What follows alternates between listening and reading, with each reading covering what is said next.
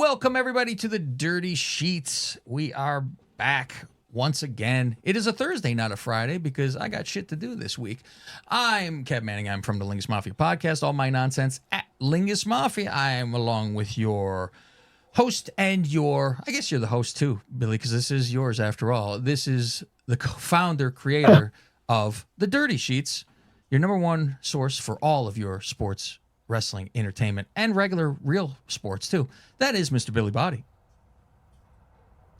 But not the person who runs the X account, because otherwise that would be banned. Immediately, it's being run. Banned. Yeah, but it's been run sensibly and humbly as well. Like this week, we knew when it was the right time to pass rivalries aside, and we put out a humble statement that supported and respected our rivals. So yeah, I mean, we're doing things differently now, much like the EVPs in AEW who are running things to the best of their ability, trying to do the best possible show that they can. At least that's the way that that's the fake storyline with their horrible storyline in AEW. We're going to be talking about AEW today, as well as going into preview for the WWE pay-per-view Payback. Or no, it's Backlash. Right? Can I ask yeah. Okay. So my immediate question is this: if Tony Khan had a hard-on for the NWO from the very beginning, mm-hmm. why did he implement it at this point of AEW when the entire time, if you had the hard-on for the NWO, you could have done this with WWE guys and whatnot who were actually invading your company? Like, for example, Punk could have led it. Instead of turning around and going, oh, it's bigger than when Hogan joined WCW, whatever. What if Punk and Bryan were actually like, oh, this place sucks and we're taking over, and it would have had a lot more believability to it. Instead, you literally have these guys that are saying, oh, we worked here for 5-6 years, and now we've decided we're going to oust the boss and take over the company. And again, seriously, this group is in need of a muscular figure, like a fucking Nash, or take Warlord out of the other group, because he's fucking being bossed around. But why are there midgets running all of the factions in this fucking company? Why in a head-to-head confrontation would I be looking down on all of these leaders in AEW? Like, how does that make any fucking sense? So when I'm watching this and Tony gives his, everybody, I think that's the tune-in thing. You want to see what Tony has to say because it's the aftermath, all that bullshit. And I laughed that I can't travel because I hurt my neck, which it's not a surgery where you get a blood clot from a plane, or I don't know, but this is what they have to do, because I guess you'd almost, if he didn't show up on the NFL Network during the draft and talk, I would have him not be around for a couple weeks. And so when he comes back, it's a big, finally, what's he going to fucking say or do about this? Because he's in the hospital, he's fucking unconscious still, he's in a coma, whatever they want to fucking do. They should have killed him more though, right? So he's like Mr. Happy from AEW Jacksonville, and I'm going to be doing it from here and happy. And then the Bucks cut in and go, we're taking it over from over here and going ahead, which, like you're saying, it's the fake NWO thing where it's all little guys. And I'm glad Nash said on his show this last week, and he's been saying what I've been fucking thinking, that he said the Bucks used to have more definition and like they were built better. And now they go out there and pose, and it's like they haven't gone to the fucking gym. It's like there's nothing going on, and they're flexing and shit like that. So you have little guys, and what the funniest thing is, the Asian guy is taller than all the other guys, which would usually be the opposite. And he's the biggest one in the group. And so now it's Jack and it's, Okada and the Bucks that are, NWO now and doing stuff. And I guess because by the end of the night, when we get Kenny in there, that he's the savior of the company and that he's going to do something here. I think He's the Sting. Yes, he's the Sting of the company to save them. So he can't wrestle for a while, and eventually, when he can, he's going to end this, right? Yeah, because is that what this is? The funny thing too is when he which makes you know that he's cleared because he goes to the ring, and when Okada comes out and like just stares at him because it takes a while to talk, and they look at each other and he goes, "Okay, how about you give me in a few months?" Doesn't say when, doesn't say, a couple weeks, but it's months. Give me a few months and we could finish this between us. Like he's still recovering from being sick. And says, of course, if he gets which you see a pink Cadillac coming up Fifth Avenue when he says, if I get hit in the stomach, I could die and this could rupture. So you go, all right, when did you get hit in the stomach? So Jack comes in and hits him, and he starts shit with him, and he's going to do wrestling moves, which if you weren't cleared, you wouldn't be taking bumps. You wouldn't be doing anything, obviously, but it's wrestling. So you suspend it, right? And then, of course, he gets hit in the belly with a chair, and he's dying, and oh my God, he could die. And it's funny because Tony Schiavone even goes, fuck suspension, somebody should call the police. I'm like, yeah, because it's a fucking murder charge right now. Meanwhile, Jericho hit Hook in the head with a fucking baseball bat. That should be fucking murder too. But that's where we're going. And like I said, Tony should be off TV. Tony should be hiding and not saying anything. So when he comes back, there's hell to pay. And he should be screaming and being a boss and, you're trying to fuck my company. And he could even do that. You know what? I'm not going to fire you. Don't say I have a founder's clause. How about I'm not going to fire you. I'm going to make your lives fucking hell. And if you try to quit, I hold you in breach of contract. You have to fucking be here. And I will book you in every fucking match that is horrific that I could fucking come up with. So then eventually it'd be like, all right, well, we're going to have, control of the company thing or something. Like when George pretended to be handicapped and then the boss, everybody used his toilet. Yes. Make his life fucking hell while, in there. Yeah.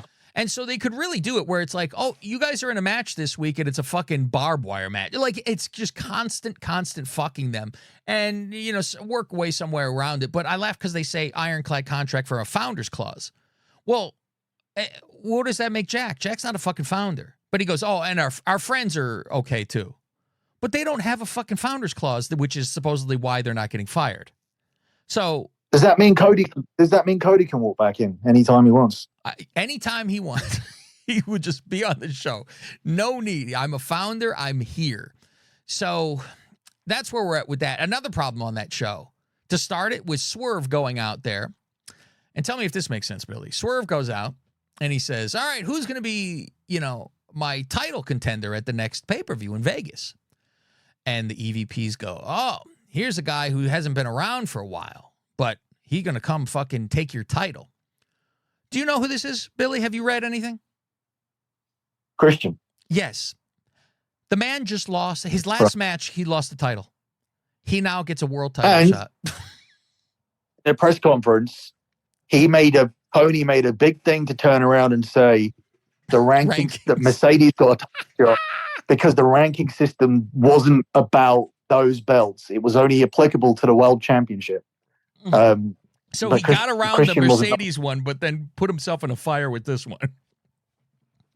But not only that, he literally said it's only for the World Championship. Only. Like the ranking. Well, I don't think he said only, but he said those belts, right?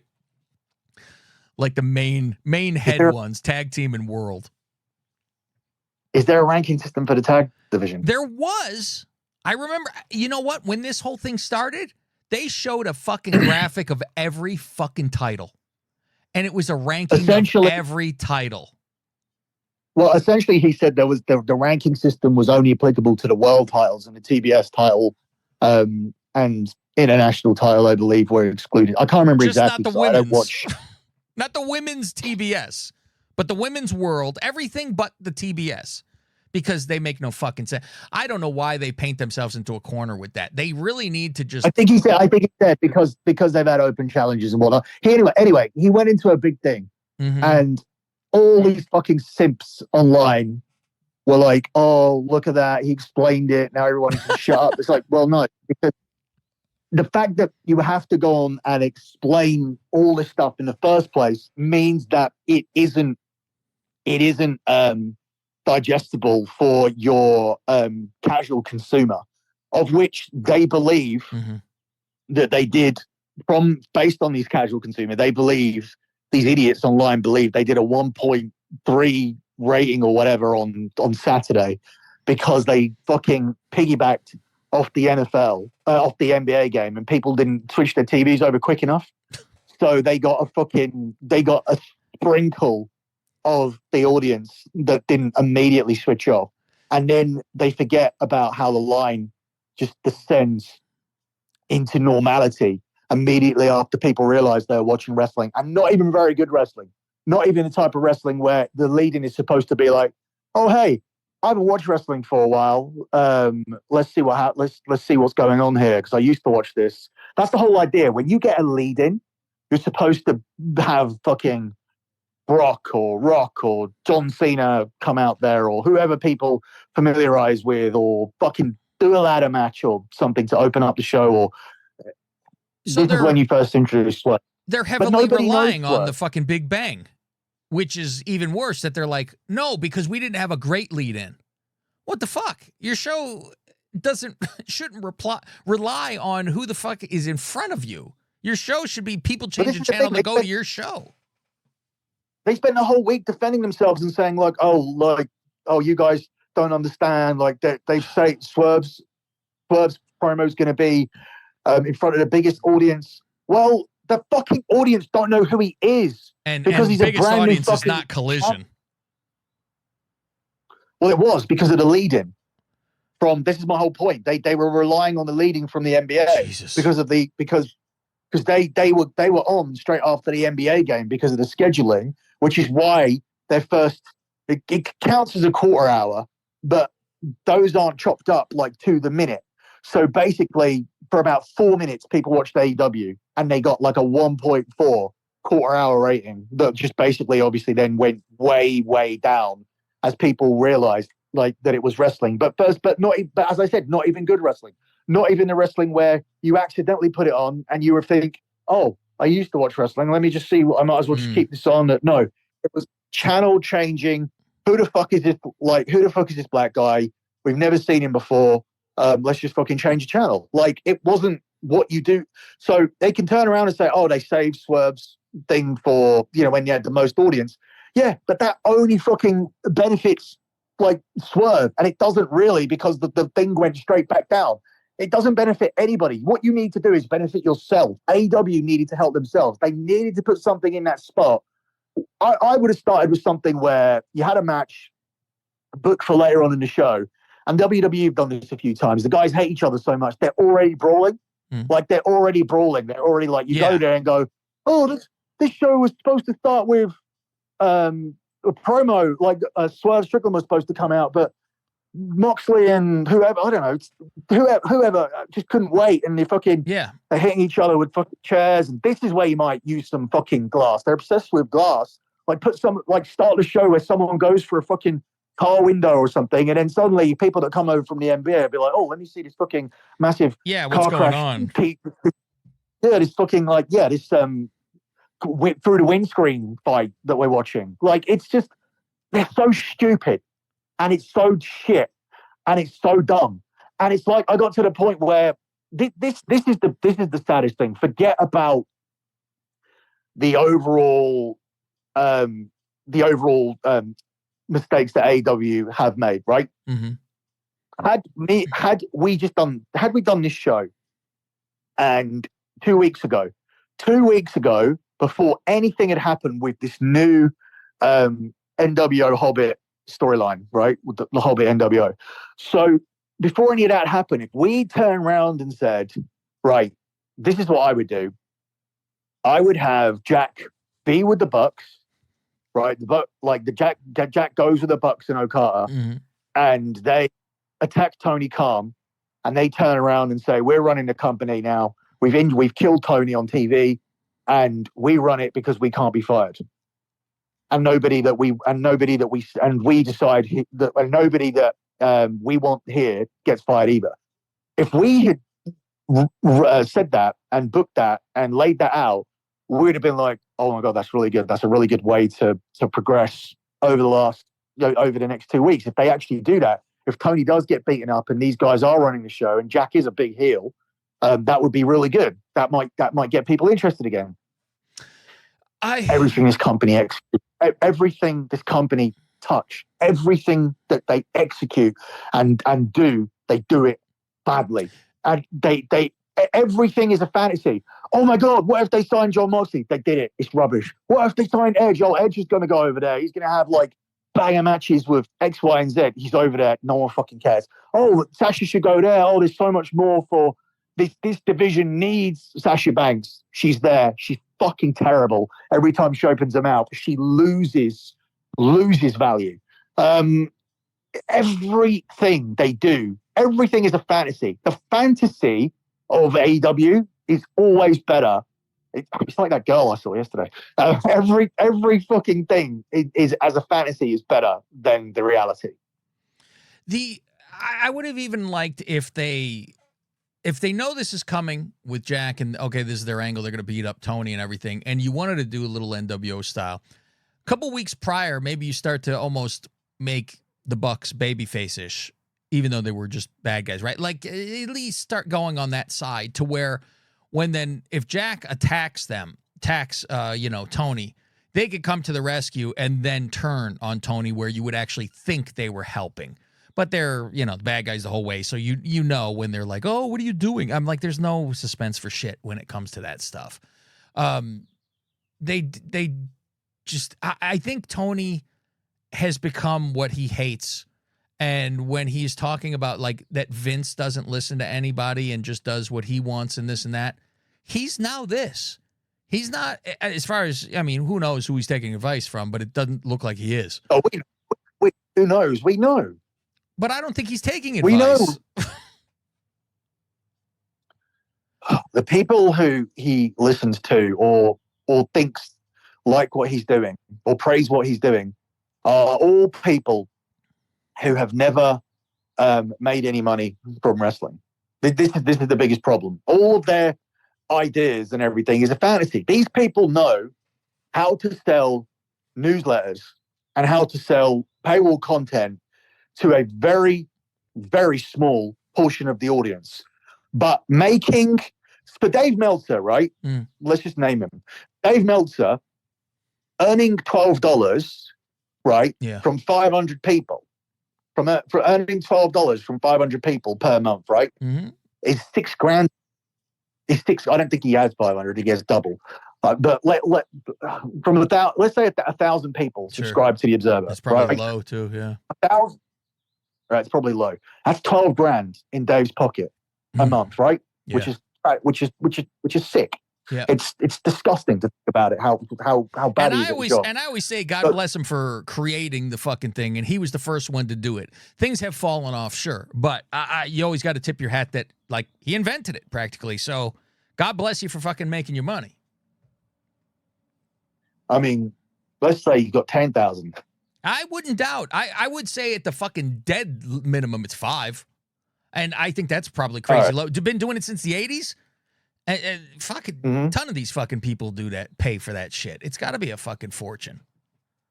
It's $12.99 actually. Okay. So Dave Meltzer, I think, has about 10,000 people. And I think that he would make $130,000 a month, which would make Dave Meltzer a millionaire and a genius, right?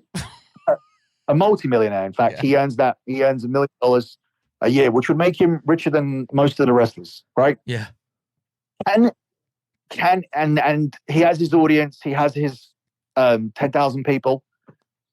AEW cannot survive on being loved and being obsessed on the obsession of 10,000 people.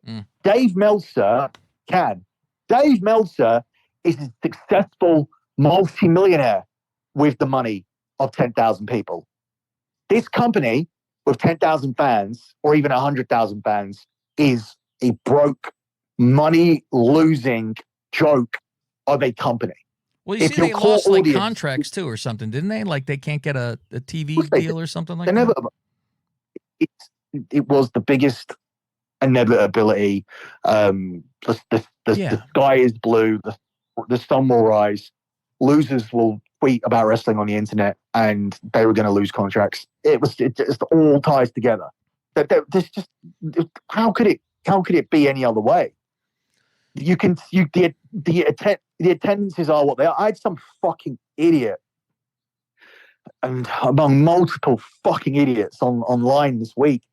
But this started at the start of the week where it's like saying WWE don't use seat fillers, and then they come back and then they do all this shit like these fucking nerds that I hate so much, who think that they are intelligent people who know everything.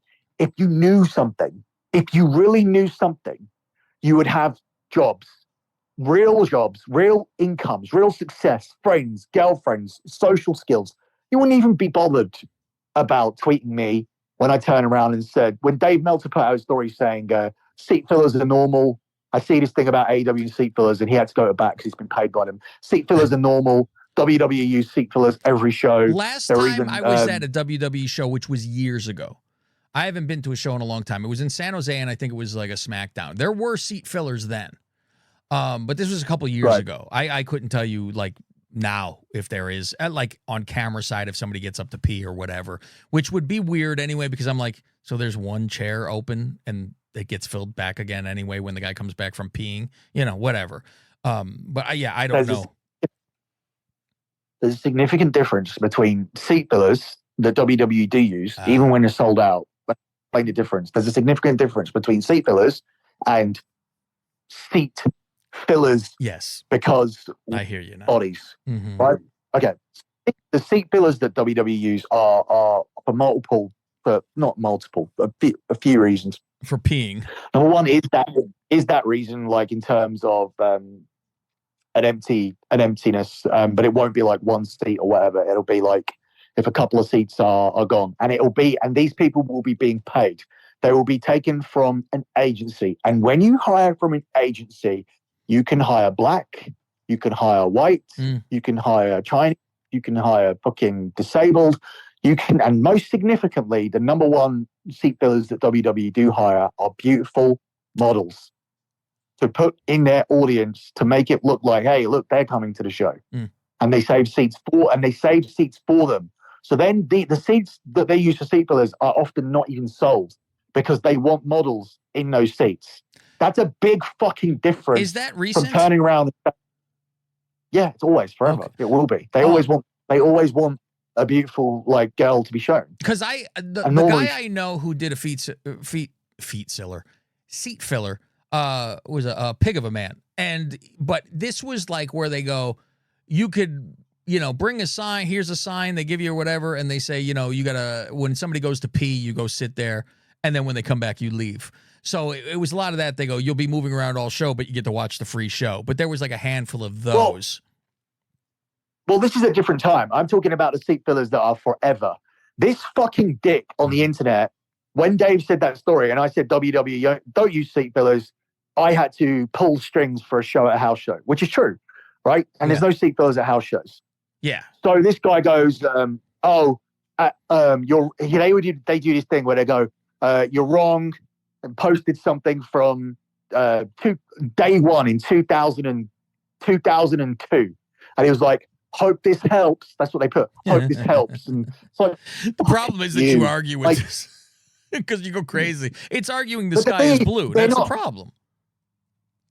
But that's the thing. They're not fucking smart. They're not better than you. They're not educated. And if you are a know-it-all, there's no point. Like, these people. I always think you see these people and they go on fucking Mastermind and Wheel of Fortune, and they go there and they go, oh, like Dave, you won fucking 10 grand because you know all the answers. Who gives a fuck? Why didn't he get a fucking career where all of this capacity to take in this useless knowledge led to him being able to take over the knowledge to conquer a trade or an industry or some sort of profession where you generated a high income? Like, so it's kind of like that. It's kind of like all this fucking, you're able to dig out little bits and pieces because you have this useless information and you want to win little fights on the internet, which you didn't even win. Because the fact is that no matter what you fucking say, when it comes to the WWE, has been proven on this show year after year after year after year after year, I will know the inside story. I will know what's happening with WrestleMania, where it's going to be, who's going to win, who's going to main event it, who's selling T-shirts, who's not selling T-shirts, who's out of contract, who's not under contract, who's signing his contract. I don't wait for them to have dinners where they receive swords. I fucking tell you on the show way before, because I already know the deals are done and what they're already getting, like I fucking told you here on the show. I don't fucking wait around like other fucking losers who only report things after they've happened, including deaths. And that's the difference. You can't fucking tell me shit. You can pretend to, and you can pretend that you have some sort of knowledge. But this is the thing. Everyone thinks that they're an insider now. Everybody thinks they're in the biz.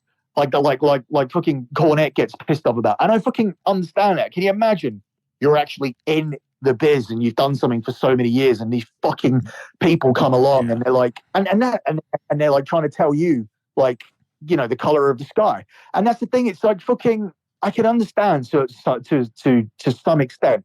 I know I've given them a load of shit, but Disco and Conan are right about everything that they say when they talk about these dirt sheets. Because they have experience. Yes, they're in the fucking thing. And the people that go, you don't know anything. You're fucking old and out of time. It's like, fuck, they were there, for God's sake. And the thing that pissed me off about them the most was this. You had me on the show.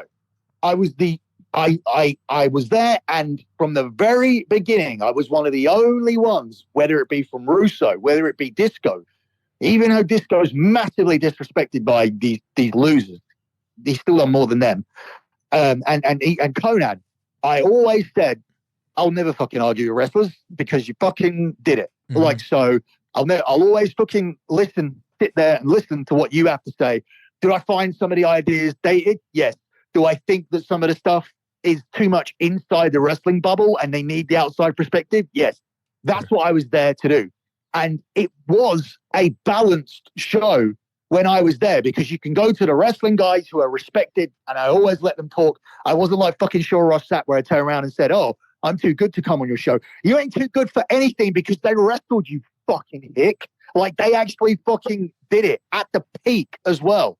Conan and Glenn, no matter what the gimmick was, they fucking wrestled at the peak. You can't be turning around and saying that you're too big to do their show when they fucking wrestled in the Attitude Era or the Monday Night Wars. So that was always there for me. No matter what has happened since, there was a respect there to turn around and go, you speak first. You tell me you tell me what you think first, because you fucking wrestled. There's a pecking order. Until I go in there and fucking lace my boots up and do it on and I never will, but like I said, do it on a major set. And by the way, I've got more wrestling experience than these wrestling journalists anyway, and I've certainly got more experience in selling tickets and getting crowd heat, which we also saw this week on social media, than these other fucking losers have. So I've actually been there and done this, and I've done it successfully and was well paid for doing it. So I've gone there, I've done my job, generate heat, sell tickets, carry British wrestling on my back and save it. You can all fucking thank me, British wrestling people. You can thank me, because without me, a lot of you wouldn't have any jobs, because it was fucking dead before Big Brother decided to show the country what British wrestling was again, because nobody had fucking seen it since the early 80s until I went on Big Brother and I went back into British wrestling and I put all of you on TV and I sold your fucking tickets for you. I'm going to dig up the Bulldog to make him thank you. Dig him up, because after the Bulldog died, British wrestling died until I fucking brought it back to life. So that and they're the facts. The numbers don't fucking lie. Did you say you blew it back to life? What did I didn't say. What did I say? Grew it back to life. You blew it back to life. Blew life, yeah. Blew it back to life. Thank you. Blew life back into it. That British wrestling cock. You blew it. Get back to life. Blew it back to life. Yeah. Let's Breathe get life into it. Yeah. Yes. Let's But get let into me- Backlash. Hurry up already with Let this. me just finish what I'm Okay, saying. go Let ahead. me just like so it's fucking this is the thing, right? So when I was on the show, the problem that I had with them is that I'm already going to be the guy who does respect. There's a mutual respect. You want me because you've seen me on other shows. You want the sports betting perspective. You know I have the news. You know I actually have the news because now we can all be like put all our fucking cards on the table. They know Jeremy Borash. Jeremy Borash works for the WWE, and Jeremy Borash told them all the time, "Where the fuck did you get this guy from? He knows everything." So from the very beginning. So from the very, and I've never said that on any other show. So from the very beginning, they were like, "This is an asset," and there was a mutual respect there. Respect went out the window. Respect started to go out the window when they got themselves backed into a corner. They would slag off all these people and say, "Oh, if you've never been in there, you shouldn't have an opinion." Blah blah blah, which is right for like a wider spread thing. But the fact is that when you have me on there, I wasn't fucking doing that. And to put yourself in a situation where you had to constantly fucking bury me, and the audience, they're fucking idiots. And a wrestling audience will always be primarily made up of idiots. And you should have known the issue that you were creating by not doubling down on me. So by going out there and saying, all the wrestling media are idiots, and when everybody unless you've stepped in a ring, you don't deserve an opinion. Cool. Think that's a really good way to run your show.